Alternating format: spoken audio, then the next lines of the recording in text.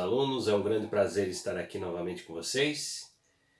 E hoje nós estaremos falando um pouquinho aqui mais sobre a filosofia do direito, né? Hoje nós vamos explorar um pouquinho o texto do Alisson Mascaro, o qual eu enviei para vocês também, que é basicamente a ideia sobre a filosofia do direito na modernidade. Então, dentro dessa linha de raciocínio que nós estaremos trabalhando aqui na nossa aula. Espero que seja proveitoso e é importante também, né, não deixar de esquecer e de lembrar também para vocês que a leitura do texto é primordial, extremamente importante. Então não podemos deixar de lado somente as videoaulas, né, sem a leitura do texto. São dois aspectos importantes, assim, que eles se complementam, né? E a partir daí a gente consegue ter uma visão um pouco diferente relacionado à questão da temática, ok?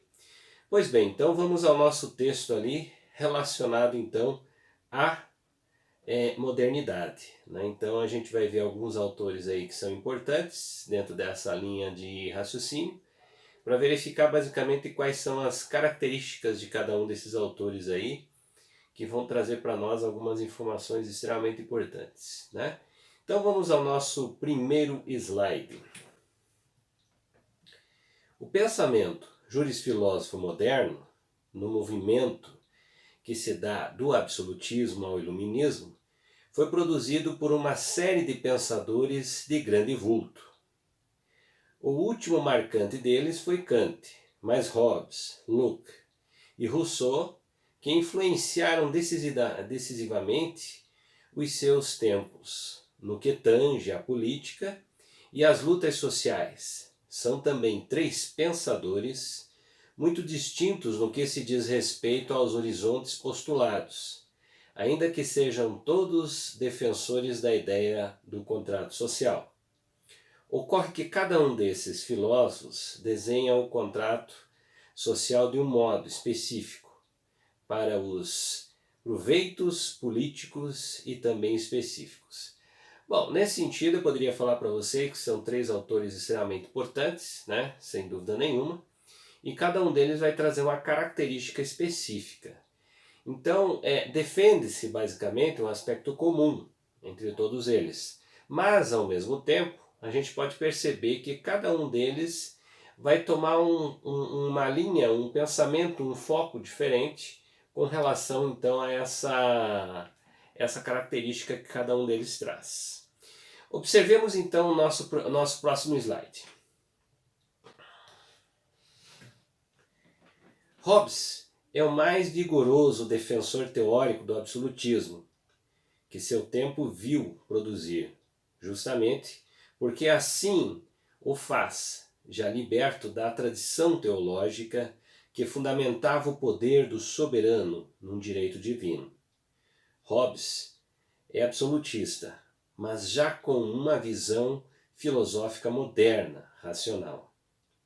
Locke, por sua vez, é o mais destacado pensador dos interesses da burguesia ascendente na Europa.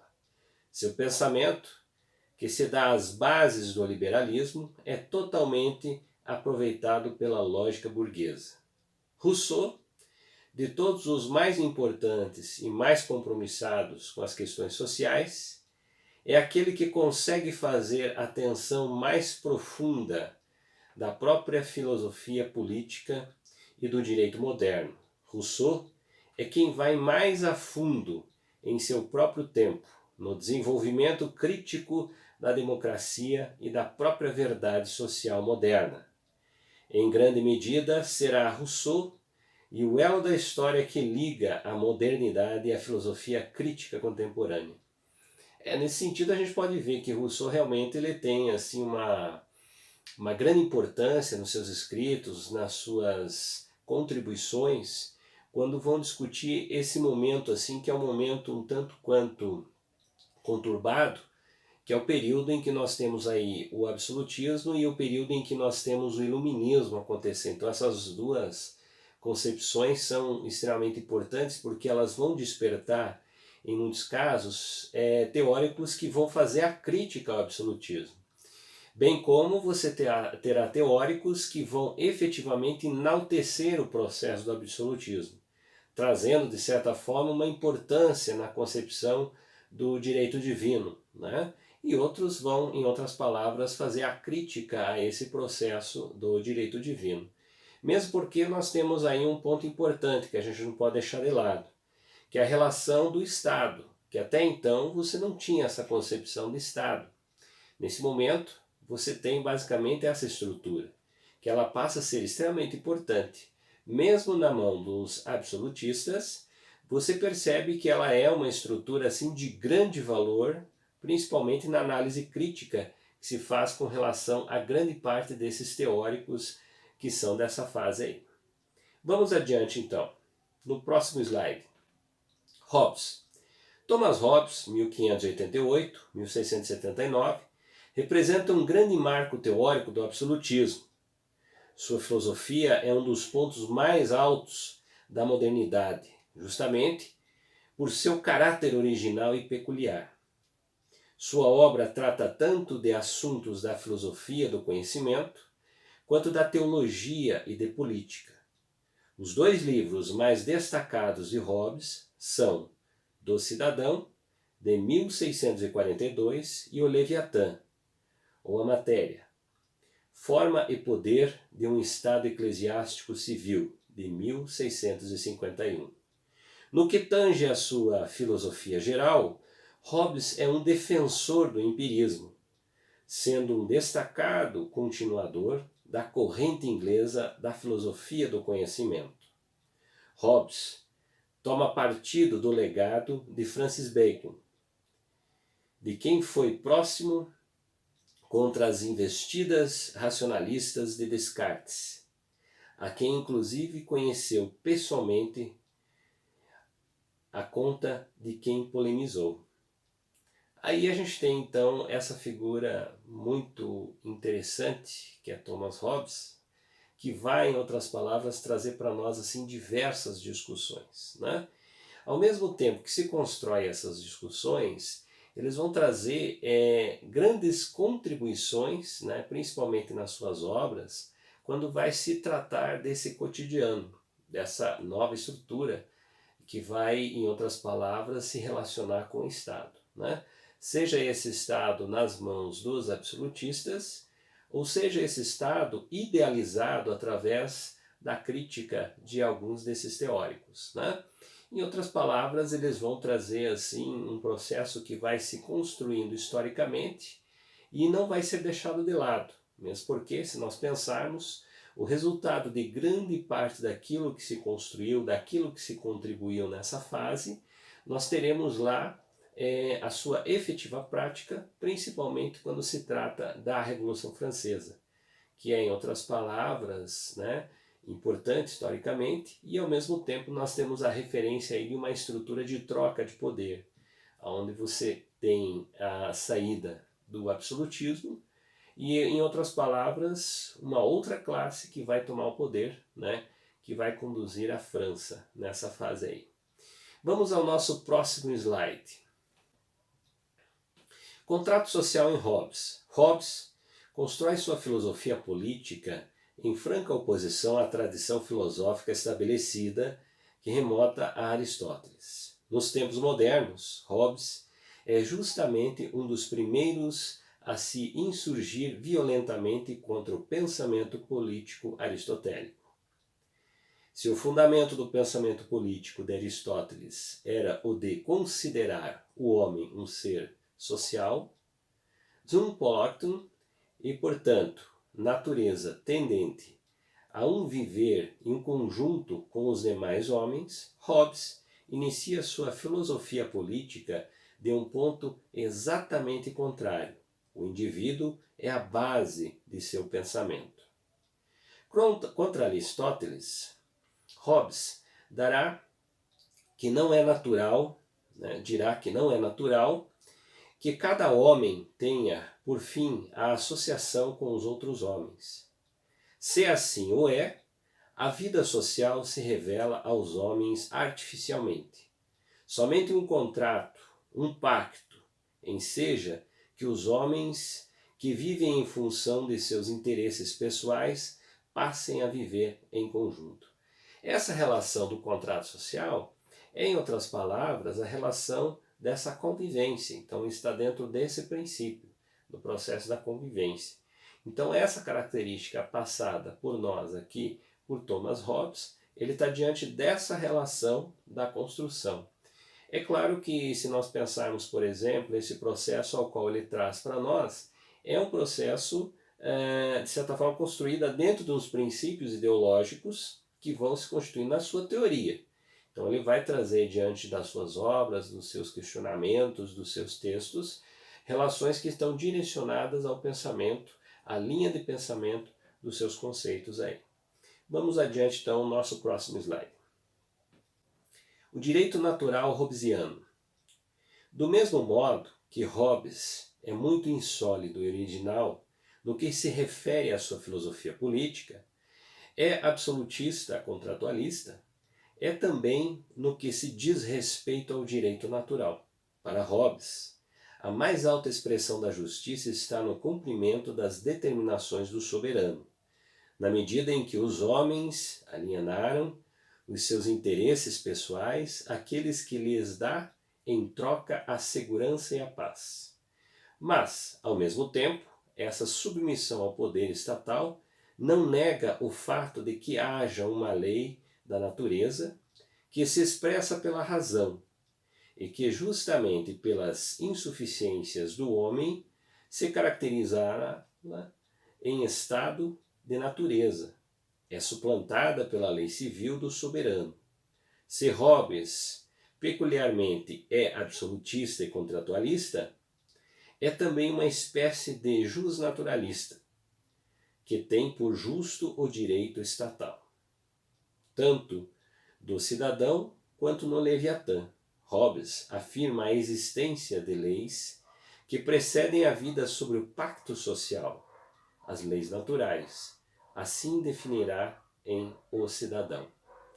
Em outras palavras, essa defesa que se constrói em função de um soberano estaria evidenciando esse processo, ou seja, essa condição e essa posição do soberano, do poder. Então a necessidade do poder, em outras palavras, é construída como uma realidade, como uma concepção de sociedade extremamente importante dentro dessa visão do Hobbes. Vamos ao nosso próximo slide. Locke, John Locke, 1632-1704, é o mais destacado pensador da filosofia burguesa moderna. Em ascensão na Inglaterra e em seu tempo, Locke esteve envolvido de modo próximo com a Revolução Gloriosa em 1688, que pôs fim ao absolutismo e declarou em 1689 Bill of the Hagues em inglês, né? Que foi, em outras palavras, a condição que toma-se poder na Inglaterra. No mesmo ano, em 1689, saem publicados na Inglaterra seus dois principais livros, os chamados Dois Tratados sobre o Governo, o primeiro e o segundo tratado sobre o governo civil. Algumas outras obras de vulto se destacam ainda no seu pensamento, como a Carta sobre a Tolerância e o Ensaio sobre o Entendimento Humano. No que diz respeito à filosofia geral, John Locke é um dos mais destacados pensadores do empirismo. Insurge contra os inatistas, que argumentam que o conhecimento partia de ideias já dadas, inatas. Para Locke, não se encontram em nem todos os indivíduos as mesmas ideias universais inatas. Por isso, o conhecimento se faz no indivíduo a partir de uma tábula rasa. No pensamento de Locke, é a existência sensível e também a experiência. Esses dois termos, eles são importantes porque eles vão, em outras palavras, aparecer em muitos dos seus textos. Então, quando a gente fala basicamente na concepção de John Locke, nós estaríamos então aderindo, né, a essa relação de uma defesa ao absolutismo, né? É um dos aspectos aqui que nós observamos basicamente em todo o seu trabalho, ou seja, na sua forma de pensar, na sua forma de agir, né, com relação a essa temática aí que passa, em outras palavras, a ser extremamente importante, porque ela vai contribuir com essa fase. Em outras palavras, uma fase que ela está em construção, né? Ao mesmo tempo você tem as evidências das defesas relacionadas ao absolutismo e você tem as evidências das críticas sobre o absolutismo. Vamos ao nosso próximo slide. Contrato social em Locke. Das duas obras sobre o governo, o primeiro tratado sobre o governo civil é dedicado à refutação das teses absolutistas que estavam explícitas no livro O Patriarca, de Robert Filmer, um dos mais populares defensores teóricos do absolutismo da época. A obra de Filmer sustentava de modo quase absurdo para uma perspectiva racional que o poder absoluto dos monarcas advinha da sucessão de Adão. Os reis seriam descendentes sanguíneos diretos de Adão e Eva. Locke desmonta tal tese e afirma que Adão, por si só, não possui nenhum direito divino, e se tivesse, não se pode dizer que se tenha transmitido por sucessão aos seus filhos, e se tivesse transmitido, é impossível saber e comprovar no mundo atual qual é a sucessão dessa linhagem. Tendo todas essas premissas sido, como se parece, claramente demonstradas, é impossível que os soberanos, ora existem sobre a terra, devam aurir algum benefício ou derivar que seja a menor sombra da autoridade daquilo que é considerado a fonte de todo o poder, o domínio particular e a jurisdição paterna de Adão. Bom, a crítica, em outras palavras, ela se faz, né? Então toda a construção filosófica ela está em função principalmente da crítica. Então quando nós observamos trabalhos como esses que são refutados por esses teóricos, observamos que existe um certo exagero em algumas estruturas que passam a ser uma defesa ferrenha diante, por exemplo, dessa relação do poder absoluto, né, dos senhores, dos reis, né, no caso aqui dos reis. Então, nesse sentido, a gente pode perceber que é uma concepção que ela é criticada, sem dúvida nenhuma, mas ao mesmo tempo se enaltece, né, a importância do Estado. Então a defesa que se faz ao Estado não é consequentemente a defesa que se faz aos reis, mas sim essa estrutura que se passa e se faz de forma importante dentro desse contexto. Então é dentro dessa linha de raciocínio que a gente pode pensar, por exemplo, a forma, né, que esses filósofos, por exemplo, seguem suas linhas de raciocínio. Vamos adiante. Segundo o Tratado de Locke, insiste em diferenciar sua visão a respeito do estado da natureza, daquele que seria a de Hobbes. Os homens, em estado natural, são iguais e desfrutam da liberdade, sendo livres e iguais. Não são, no entanto, necessariamente irrefreáveis no uso dessa liberdade. Para Locke, a liberdade natural não impede que possam os indivíduos viver com algum respeito nessa condição. A liberdade é possível em natureza por conta da lei natural que nela existe. A guerra, que é o resultado do desrespeito a essa lei natural, é apenas uma possibilidade do estado da natureza, não sua constante apresentação. Mas justamente porque é a possibilidade, essa possibilidade pode se concretizar e via de regra se concretiza, por isso então os indivíduos resolvem viver em sociedade, para que haja uma estabilidade no governo de seus interesses. Mas a situação de guerra é um risco que não existirá apenas na natureza, mas também sobre o governo. É possível que haja desrespeito aos direitos naturais, o que exigirá a defesa de tais direitos. Então essa relação, por exemplo, nós começamos a observar assim essa condição do próprio homem, né, existindo dentro desse cenário. Então Em outras palavras, é importante que essa condição do homem vá aos pouquinhos aparecendo até que ele surja efetivamente dentro desse cenário e nessa discussão. Vamos ao próximo slide.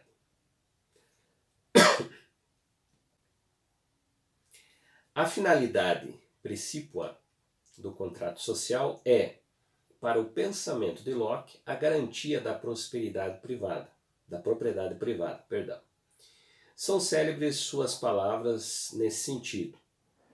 No segundo tratado, o fim maior e a principal para os homens unem-se em sociedades políticas e submetem-se a um governo. É, portanto, a conservação da sua propriedade. Em Locke, o contrato social dá origem a um corpo político que legisla, julga e sustenta por meio da força e a comunidade.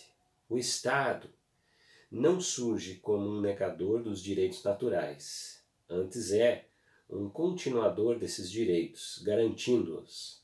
O mais importante direito que leva ao contrato, o direito à propriedade privada, mantém-se.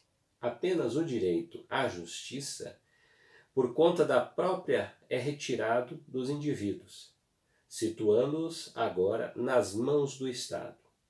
Os demais direitos naturais permanecem em continuidade do estado de natureza para a sócia, no caso, a sociedade. Então, essa é uma das relações importantes que a gente tem, essa concepção do direito, o Estado, o universo, as dimensões que se faz com relação a essa ideia do contrato social. Vamos ao nosso próximo slide. O direito natural em Locke. Em algumas de suas obras de juventude, antes da escrita dos dois tratados, Locke dedicou-se ao tema do direito natural, caminhando-se para a perspectiva comum do justnaturalismo moderno, que se afasta do modelo aristotélico.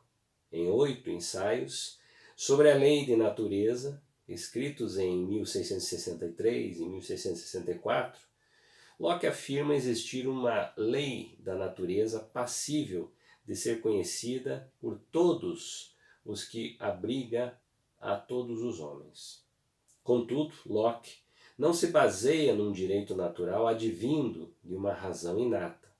Para ele, a lei da natureza não está inscrita nas mentes dos homens. Pelo contrário, bem ao molde empirista, afirma o direito natural como um conhecimento alcançável somente por meio da experiência dos sentidos. John Locke é um defensor do empirismo, ou seja, da própria experiência construída dentro da sociedade. Então, nesse sentido, nós podemos observar que ele também vai fazer parte, em grande parte dos seus textos, quando ele segue essa linha de raciocínio, ou seja, essa forma de se discutir consequentemente aspectos da sociedade. Então o empirismo ele vai estar presente, ele vai estar diante dessa realidade trazida aí por John Locke. Vamos ao próximo slide. Rousseau. O mais popular, avançado e crítico dos filósofos modernos, Jean-Jacques Rousseau, 1712-1778, foi também objeto de grande polêmica e admiração. Os mais importantes revolucionários franceses, como Robespierre, estimavam-no e fizeram suas ideias lemas para as frases avançadas da Revolução. Ao mesmo tempo, a burguesia, a igreja e o pensamento conservador o têm como um dos seus grandes incômodos. A vida de Rousseau é notável e excepcional. Ao seu final, ele próprio escreveu suas confissões, dando detalhes e fazendo análises da sua biografia. Nasceu em Genebra, uma república protestante, sua mãe morreu no parto, seu pai, relojoeiro, teve dificuldades financeiras à condição de vida do lar, decaiu logo na primeira infância de Rousseau. Muito apegado ao seu pai, sofreu com o seu afastamento, logo após um desentendimento com a autoridade na cidade. Para que não fosse preso, o pai de Rousseau abandonou e fugiu para Genebra. Uma condição baseada nessa primeira biografia de Rousseau, Mas aí a gente pode perceber que muitas das coisas que foram construídas por Rousseau têm uma respeitabilidade muito grande, né? Justamente pelas suas análises feitas e com relação também à contribuição sobre a discussão do contrato social, que vai estar presente aí, eternizada em muitos textos que ele trouxe para nós. Vamos ao próximo slide. O estado de natureza em Rousseau. No discurso sobre a origem dos fundamentos da desigualdade entre os homens, que é o seu segundo discurso escrito em função do concurso, Rousseau precederá a mais profunda reflexão sobre o estado de natureza dentre os filósofos modernos. A linha de distinção que Rousseau estabeleceu em relação aos demais contratualistas está no fato de que, em geral, esses buscavam o homem natural, com as lentes da própria condição humana presente. Rousseau critica os contratualistas anteriores a ele por não conseguirem chegar, em suas investigações, aos estágios naturais ainda mais primitivos. Por causa disso, suas teorias sempre situaram o momento natural com alguns tributos que são já da civilização. O problema dos contratualistas para Rousseau é o de não ter conseguido escapar de atribuir vícios da própria civilização ao estado de natureza.